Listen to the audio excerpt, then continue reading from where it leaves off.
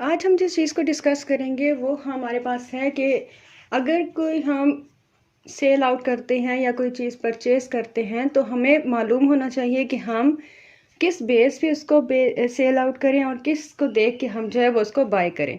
अब हमारे पास अगर हम कोई चीज़ सेल आउट करते हैं तो उसकी जो हमारे पास प्राइस होती है उसको हम सेल प्राइस का नाम देते हैं S.P। And what is S.P? S.P हमारे पास है सेलिंग प्राइस कि आप किस चीज को सेल आउट कर रहे हैं तो उसकी सेलिंग प्राइस क्या है।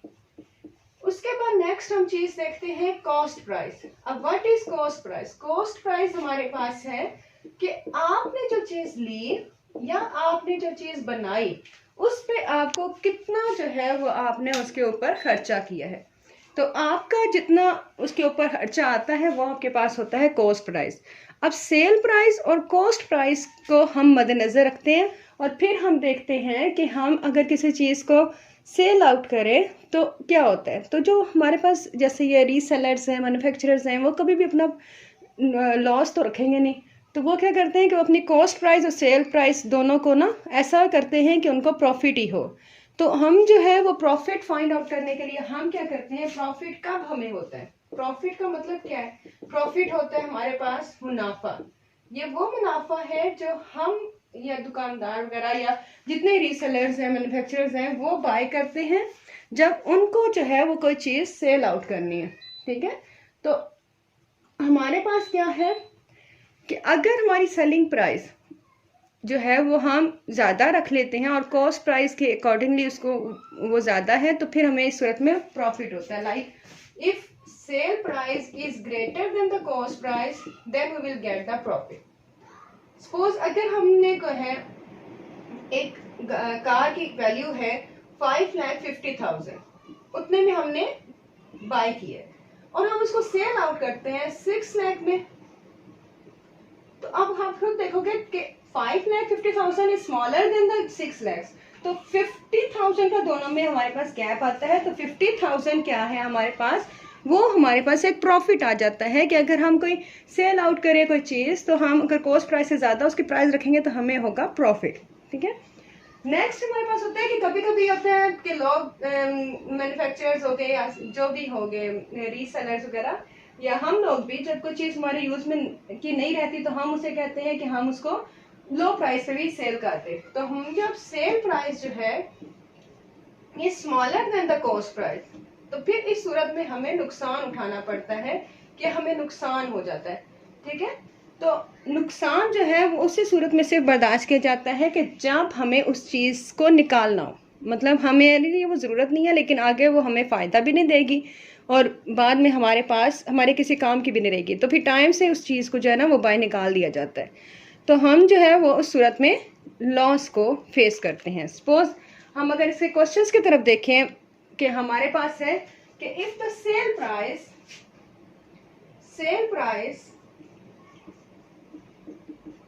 of a toy, suppose a sale price of a toy is rupees 1,500 and its cost price, इसके ऊपर जितना बनाने में खर्चा लगा है, cost price of a toy वो हमारे पास है सपोज 1,200।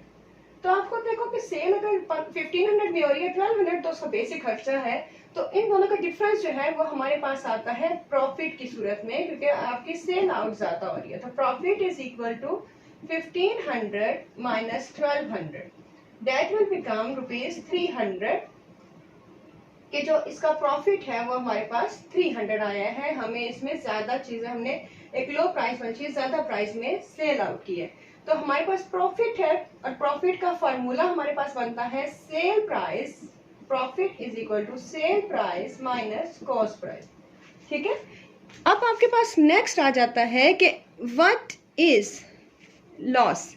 लॉस मीन्स नुकसान, और लॉस क्या है हमारे पास कि सपोज हमारे पास एक सेल प्राइस है किसी भी टॉय की, अगर हम इसको देखें तो सेल प्राइस हमारे पास एक टॉय की है 1,200 और उसका कॉस्ट प्राइस थी हमारे पास ₹1,400, तो हमने कॉस्ट प्राइस के अकॉर्डिंगली उसको सस्ता बेच दिया, तो इस सूरत में हमें लॉस होता है। तो लॉस में हमने 1400 में से 1200 को माइनस करना है, दैट विल बिकम ₹200।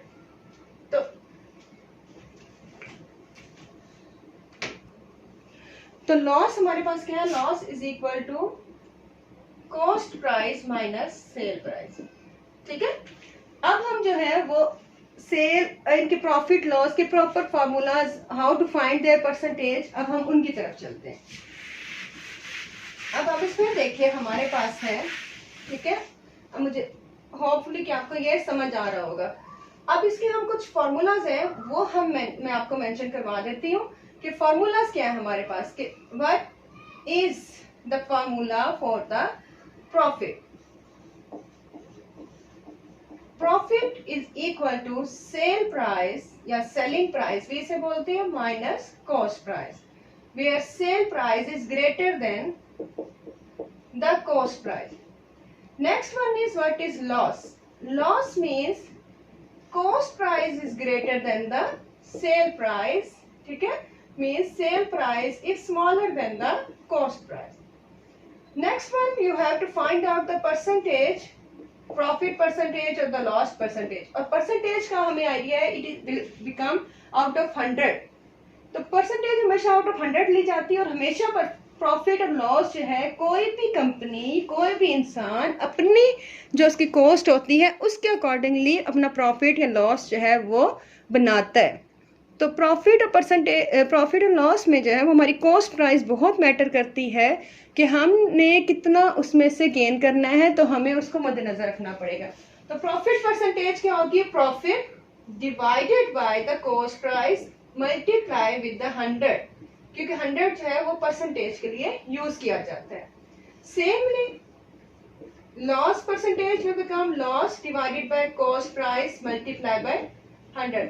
सारी सूरतों में आपको कॉस्ट प्राइस ही यहाँ मेंशन करनी है, क्योंकि वो आप अपने खर्च के मुताबिक होती है, तो इसलिए परसेंटेज हमेशा उसी में से निकालनी पड़ेगी। ठीक है, ये बात आपको ज़हन में रखनी है कि कई बार जो है ना वो बच्चे यहाँ पे सेल प्राइस लिख देते हैं, तो सेल प्राइस का तो हम कंसर्न ही नहीं है प्रॉफिट और लॉस से। हमें तो प्रॉफिट और लॉस जो है वो कॉस्ट प्राइस के अकॉर्डिंगली जो है वो चेक करने हैं। तो हम जो है वो इन दोनों मेथड से जो है वो हम देखेंगे कि कैसे हम प्रॉफिट और लॉस को फाइंड आउट कर सकते हैं, जो आपके लिए बहुत ईजी हो जाएगा इनको याद करके करना। ठीक है, तो ये आपके पास प्रॉफिट और लॉस के कुछ फॉर्मूलाज आ गए। नेक्स्ट आप देखें हमारे पास, सपोज इसका एक क्वेश्चन हम करते हैं। What is the question? Question is if the price of a car, ठीक है, if the price of a car is ₹5,50,000 and the selling price of the car is 6,05,000. Find out the loss or the profit and then their percentage. तो question देखिए तो हमारे पास क्या था कि क्वेश्चन में हमारे पास था व्हाट इज सेल प्राइस और द कॉस्ट प्राइस। तो cost price of a car is equal to ₹5,50,000। ठीक है, उसको हमने सेल किया, सेलिंग प्राइस हमारे पास है of a car is equal to ₹6,05,000। अब आप इसमें ये देखो कि सेल प्राइस 6 लाख में है, कॉस्ट प्राइस 5 लाख में है, तो 6 लाख तो ज्यादा होता है, इसलिए selling price is greater than the cost price. As selling price is greater than the cost price, so we will get the profit। और प्रॉफिट में हमारे पास है sale price minus cost price. अब sale price minus cost price में हम करें तो हमारे पास आता है 6,05,000 माइनस 5,50,000। ठीक है, इन दोनों को हम माइनस करेंगे तो विल गेट 55,000, और वो ये 55,000 हमारा प्रॉफिट होता है। अब प्रॉफिट फाइंड आउट करने के बाद अब हमारे पास बारी है कि फाइंड आउट देयर परसेंटेज। तो परसेंटेज में अगर हम देखें तो हमारे पास क्या है, find out the profit percentage. Then profit percentage का फॉर्मूला था profit divided by cost price into 100। तो प्रॉफिट हमारे पास है 55,000 का और 5,50,000 जो है वो हमारे पास कॉस्ट प्राइस है इनटू 100। तो अब हम जो है इनकी कटिंग करेंगे। तो कटिंग में हमारे पास first we will cut the zeros, 4 zeros with the 4, then 550 divided by 55 will become 10। इसका मतलब क्या है कि प्रॉफिट परसेंटेज हमारे पास है 10% और हमने अपनी कॉस्ट प्राइस 10% के अकॉर्डिंगली सेट करके फिर हमने जो है वो इसकी सेल प्राइस निकाली है। आई होप कि आपको यहाँ तक इसका अच्छे से समझ आ गया होगा। नेक्स्ट हम करेंगे कि कोई हम क्वेश्चन करते हैं जिसमें लॉस परसेंटेज आ जाए, ठीक है। तो लॉस के लिए या लॉस परसेंटेज फाइंड आउट करने के लिए हम जो है वो इसको कर कि इफ अ ट्वाई